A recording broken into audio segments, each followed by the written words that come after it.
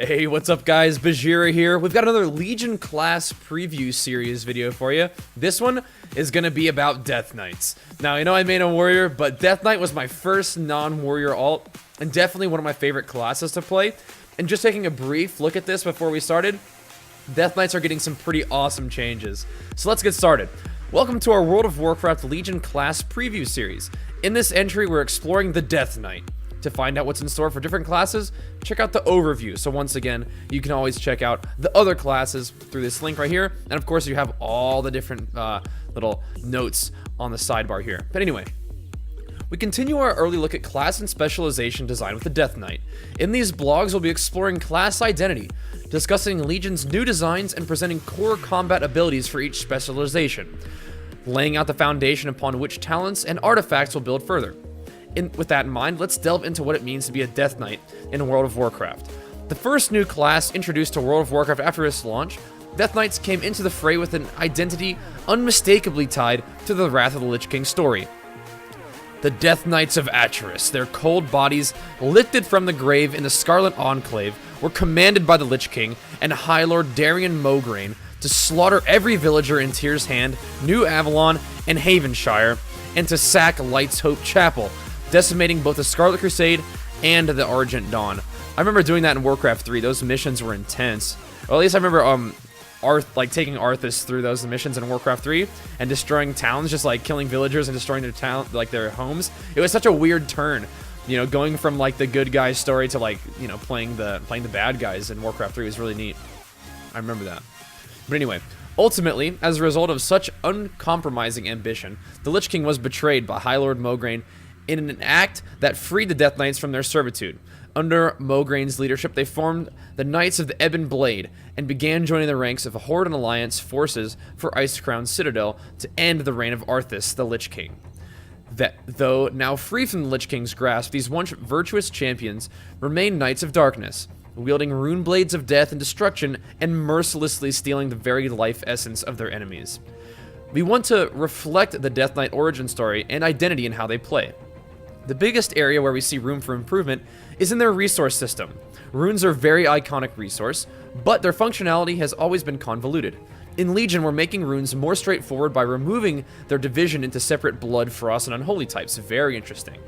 Death Knights now have 6 unified runes to spend, with a maximum of 3 recharging at any one time. So, from what I understand from this, it means that you're not going to have Blood, Unholy, Frost. You're just, like if you're playing Blood, you might only have Blood runes, or you might just have runes in general. But only 3 recharging at one time is going to be interesting too. So that is going to definitely change the way you spend your runes versus runic power. But I think this is overall a good change. I like this. It is going to make Death Knights still make sense with how they, you know, are relying on runic power and runes to do damage or use their abilities. But it kind of makes it more streamlined and makes sense still. I like that. With this change, it's also important that we preserve the existing gameplay familiarity of Death Knights by making mostly minor changes to their core ability, functionality, and cost. We don't want the rune change to create a situation where the best Frost rotation just obliterate. Well, that's good that they keep that in mind. Finally, we're reducing ability overlap between specializations, giving each a single disease with a unique trait, and creating a talent tree that's largely populated with spec-specific talents to better distinguish them. I love that. So that's one of the things I've been most excited about with Legion when I've heard about all this stuff, is that they're really not only trying to make class identity, you know, distinguishable from other classes, but within one class, different specs being very distinguishable, very different from one another. I like that a lot, so that's exciting to me. Let's keep reading. So for blood, in Undeath, some Death Knights find special affinity for the blood and bone of the living. They carve into their enemies, sustaining themselves with deadly, sanguine strikes, while using the bloody, shattered remains of the dead to fortify their own defenses. These crimson-soaked knights bend the very rules of mortality to control the front lines of the battlefield. Alright, so for gameplay, the core abilities for Blood should be familiar, though we've touched them up to bring added clarity to the specialization. Each core ability now better leverages that sinister command of Blood and Bone to fuel your survivability. In particular, we've changed Death Strike to cost runic power instead of runes. Okay, that's interesting. Kind of makes it maybe more of an ability that you're going to use, you know, maybe even more often, who knows. This results in a more clear choice of resource expenditure. You can't lock yourself out of being able to heal if you spend a rune at the wrong time, and also gives runic power generation a better impact. I like that. I don't play a lot of Blood, but I played a little bit while leveling and stuff. And Death Striking is really fun because it, you know, it heals you, whatever. But having it cost runic power just kind of changed the way you think about it. You know, you think of what you use runic power for other specs, like Frost Strike, Death Coil, and now you have Death Strike. It makes sense to me. I like it. Instead of Rune Tap, we're positioning Bone Shield to be the primary complement to Death Knight, or to Death Strike, for active defense to better tie into the fantasy and provide more flexibility. Marrow Rend is a new attack. That's a cool name. Is a new attack which allows you to rotationally generate bone shields. I like that. To provide gameplay contention between runes of a single type, Bloodstrike now generates additional runic power on top of the standard amount gained for spending a rune. Cool. So one of the things I'm noticing with a lot of these class previews is that they're introducing a lot of abilities that sort of like proc off of each other. So using one ability gives you a chance to reset the cooldown of this ability, or gives you another usage of this ability. I like that a lot. You know, those kind of procs make a class seem really fun, and it ties it all together really nicely. So it seems like they've seen some things that are really fun and feel good, and have tried to do more of that for more classes, and I like that a lot. So here's a basic look at the core defensive and offensive combat abilities for Blood Death Knights. Blood Strike. Costs 1 rune, it's melee instant. Instantly strikes the enemy, causing a moderate physical damage and infecting the victim with Blood Plague. So that Blood Plague is going to be the Blood DK dot. It generates 10 runic power. Makes sense. Costs a rune, generates runic power. Makes sense. Blood Plague is a disease that deals minor shadow damage and heals the caster for 1% of their maximum health every 3 seconds for 30 seconds. Wow. Does that mean if you have Blood Plague on multiple things, it's going to heal them for 1% of their health, like multiple instances of that heal? Because if so, that's going to be insane. Can you imagine a DK? Like if you have your dots on, you're in a BG, you have your dots on 5 people in a battleground, or maybe 2 people and their pets. You're going to be taking, does that mean you're going to be taking for 4% of your maximum health, or 5% of your maximum health if it's 5 targets every 3 seconds for 30 seconds? That's a lot of healing, man. That could be insane. Either way, we'll have to get some closure on that, because maybe just one Blood Plague is just 1% no matter what. But if you have multiple dots, that's crazy. Either way, that sounds cool. That's one of the things that's happening a lot of times, though, is you see these mechanics, and you're like, oh my god, that's insane. But then you look at other classes, and then they also have these OMG insane mechanics too, which I think is good.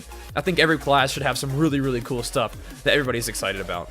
Anyway, let's go into Marrow Rend. 2 runes, melee range instant, so another melee attack costing runes. You're smashing the target with strong physical damage and generating 3 charges of Bone Shield. This is what I was talking about. So you use Marrow Rend, generates Bone Shield. Really cool. Bone Shield is, it surrounds you with a barrier of whirling bones that reduces all damage take by 25%. So just, you're attacking somebody with an ability, it gives you 3 stacks of a, you know, substantial physical damage reduction. Oh, all damage reduction, not even just physical. Nice. Each damaging attack consumes a charge, lasts for a certain 30 seconds or until all charges are consumed. So you're probably going to want to keep Marrow Rend as part of your rotation to make sure you keep a Bone Shield up as often as possible to reduce damage. Then you have Death Strike that we heard about. It costs 40 runic power. It's a pretty substantial runic power cost. It's melee range instant. Focuses dark power into a strike that deals strong physical damage and heals you for 50% of all damage taken in the last 6 seconds. A minimum of 7% maximum health. That's a substantial amount of healing too. So you're going to have your Blood Plague, that's healing you, you know, for a percentage of health, you know, every 3 seconds. You're going to have Marrow Rend, which is generating a Bone Shield. It's going to reduce your damage taken by 25%. And you have Death Strike, which is healing you for 50% of all damage taken in the last 6 seconds with a minimum of 7% maximum health. That's crazy. And if you're below 35% health when this is cast, all runic power is consumed, increasing the potency of the healing effect. Wow. Okay. So those of you guys who like to be really tanky and lifesteal a lot, which is, I think that's a really fun mechanic, personally. I've really enjoyed the lifesteal mechanic and being tanky in other games before, like Diablo and stuff. So this could be one of those specs that you guys are really going to enjoy playing. Blood Death Knight. Your mastery is Blood Shield. Each time you heal yourself with a Death Strike, you gain a 40%, which scales with mastery from typical gear, of base amount healed as physical damage absorption shield. So not only are you healing yourself, you're also shielding yourself by using Death Strike. So Death Strike is going to be a huge deal, but it does cost a lot of runic power. But it also increases your attack power by 20%. So that's kind of like, I mean, that's how it works with Prot Warriors. Your mastery gives you something of a defensive, you know, capability, but also increases your attack power. So that's cool. So Death and Decay. Costs 1 rune, 30-yard range, instant, 30-second cooldown. That makes sense. It corrupts the ground targeted by the Death Knight, causing moderate shadow damage over 10 seconds to the targets within the area. While you remain in the targeted area, your Blood Strike will hit all nearby enemies. Wow. Okay, that's really cool. So I wonder if that means you're going to have extra instances of healing and shielding from Blood Strike. So you drop down a Death and Decay. in like a, you know, big scrum in like a, you know, fighting over a flag or something like that. And your Death and Decay just makes you heal from Blood Strike off of everybody. I don't know. That sounds really neat. So, you know, Blood Death Knights are definitely seeming like, you know, really, really tanky again, but a lot of that tankiness is coming from their lifesteal and their abilities chaining off of each other to shield yourself and heal yourself, which is awesome. Crimson Scourge is a passive. Your successful auto attacks on targets inflicted or infected with your Blood Plague have a 25% chance to reset the cooldown Death and Decay, so that's really neat too. So as long as you have your dots on somebody, you're gonna have the chance to just throw down another Death and Decay constantly. All these procs are really, really fun. I love the sound of this. This makes me excited. To give you an idea of how some talents may build upon this core rotation, here's an example of a blood-specific talent, Bone Storm. So Bone Storm is a 15 runic power per second. It's an instant cast on a minute cooldown.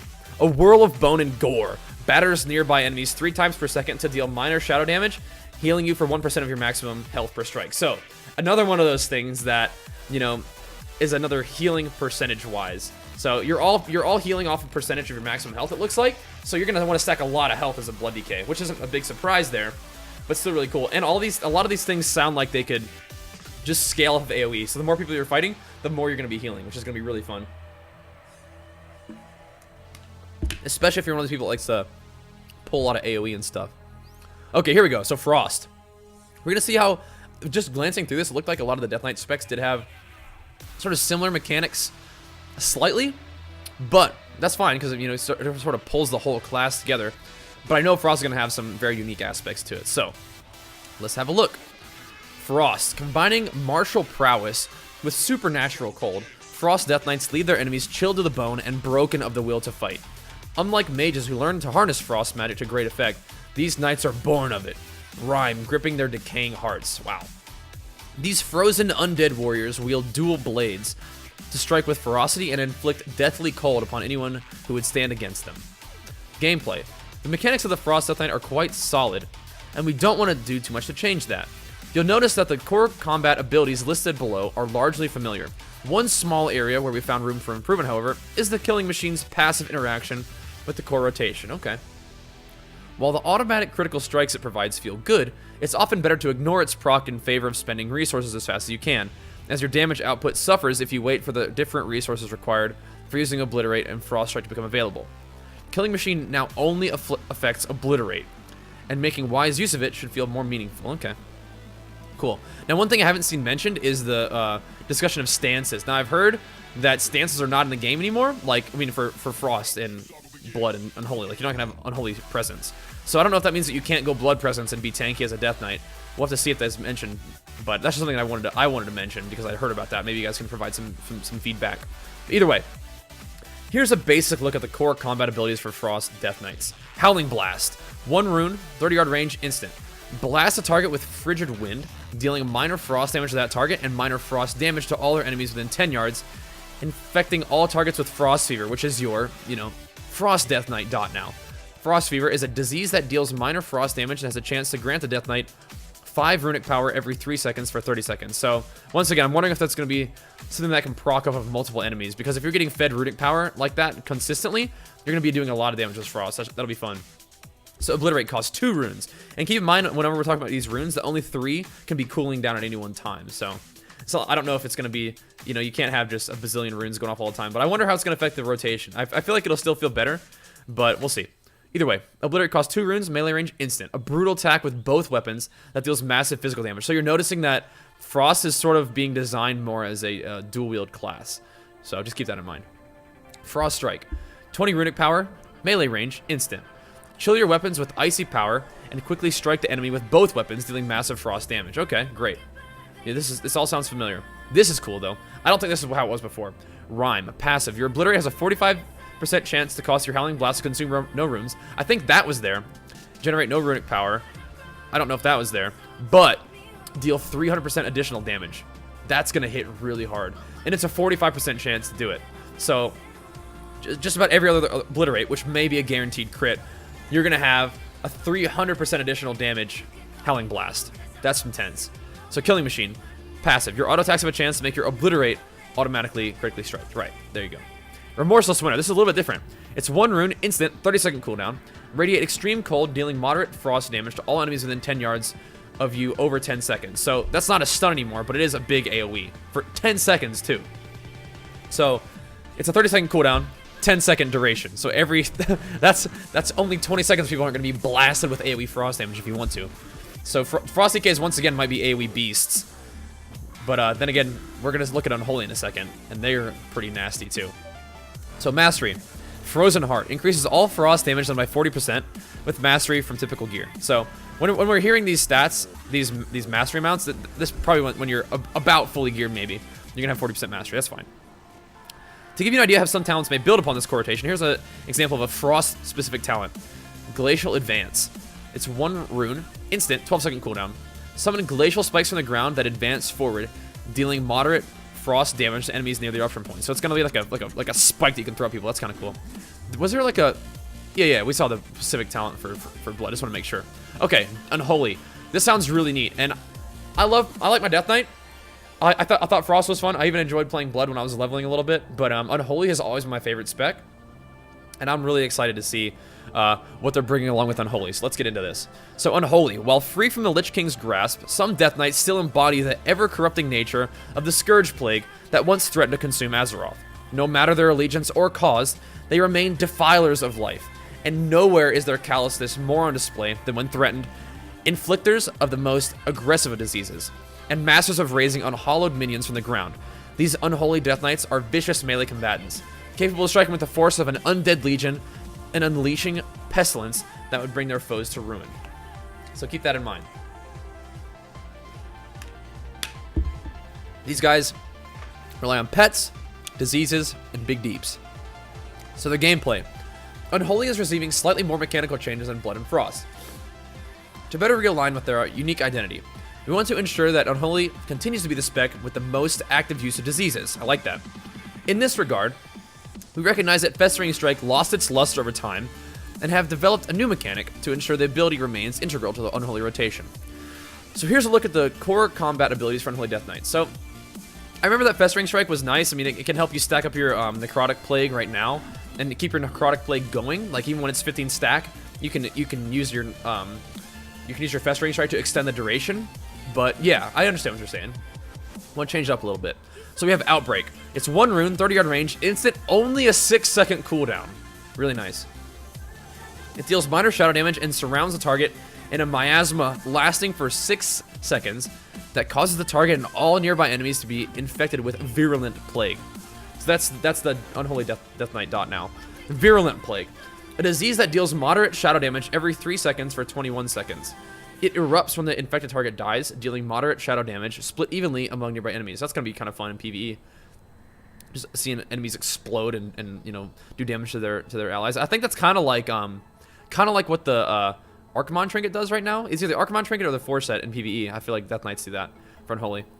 With their Necrotic Plague kind of splashes. It's kind of cool. The disease also has a 30% chance to erupt each time it deals damage. So that's kind of like, you don't have to die in order for the damage to explode. It'll just happen naturally, which is cool. So Festering Strike. It's 2 runes, melee range, instant. Deals massive physical damage and infects a target with 1 to 3 Festering Runes. Interesting. And a Festering Rune is a pustule-ridden lesion that may be burst by Scourge Strike, dealing moderate shadow damage and generating 3 runic power. Interesting. So Scourge Strike is 1 rune, melee range, instant. Now, one thing that's funny is, like, notice that all these attacks, it says strong physical damage and strong shadow damage. It's pretty funny. These guys are dealing a lot of damage by the looks of it. An Holy Strike that deals strong physical damage and strong shadow damage. Triggers a single stack of Festering Wound if it's present on the target. So each time you Scourge Strike, it's only going to detonate 1 stack of Festering Wounds, but still, it's like damage on top of damage. You have dots, you have the attack, and then you have the explosion of the attack and the explosion of your dots. There's going to be just stuff happening all the time. Unholy sounds ridiculously fun. But I'm really liking the sound of all these classes, and I want to do more of these for sure. So just keep that in mind. So Death Coil. It's your runic power spender. It's 30 runic power, 40-yard range, instant. Fires a blast of unholy energy at the target, dealing strong shadow damage to an enemy, and restoring 10 energy to your ghoul. Nice. Sudden Doom is a passive. Your auto attacks have a chance to make your next Death Coil cost no runic power. We're familiar with that, but that is a fun mechanic. Just blasting off Death Coils for free. I love it. Dark Transformation. Instant on a 1-minute cooldown. So it doesn't seem like you have to stack your pet up. It's just it's on a minute cooldown. There's no really stacking, and then you can activate it mechanic, which is good and bad, I guess.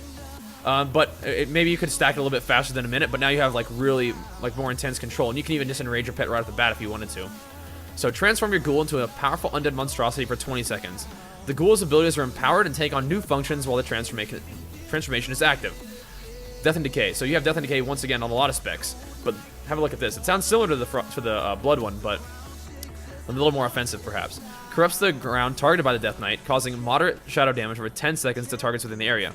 While you remain within the targeted area, your Scourge Strike will hit all nearby enemies. So remember what Scourge Strike does. It deals good shadow damage, good physical damage, and triggers a stack of Festering Wound. And Festering Wounds happen when you Festering Strike people. So, you know, if you can get tons of damage on everybody with extra dots and maybe even have Festering Wounds on some people, it's going to be a lot of fun. This sounds awesome. Your mastery is Dreadblade. Increases all shadow damage up to 50%. So that sounds familiar. To give you an idea of how some talents may build upon this core rotation, here's an example of an Unholy specific talent, All Will Serve. It's a passive. Your Raised Dead spell summons an additional skeletal minion, and its cooldown is removed. So you can have maybe 2 minions like we saw up here. So that's pretty awesome. I'm really excited about how Death Knights look. Everything's looking like a lot of fun, and I am pumped to level up my Death Knight in Legion. And probably, I don't know, man. I think that I've also heard that you can tri-spec. You can play every spec that your class is available to it now, which is awesome because all 3 of these specs sound like so much fun, and I cannot wait to get into this. But anyway, I hope you guys have enjoyed this video, this Legion class preview series on the Death Knight. I think I'm probably gonna do Rogue next, but you guys, you know, feel free to give me your suggestions. Let me know what you guys would want to see next. But either way, thank you guys very much for watching. Hope you enjoyed these series. More to come. But until next time, thanks for watching, and peace.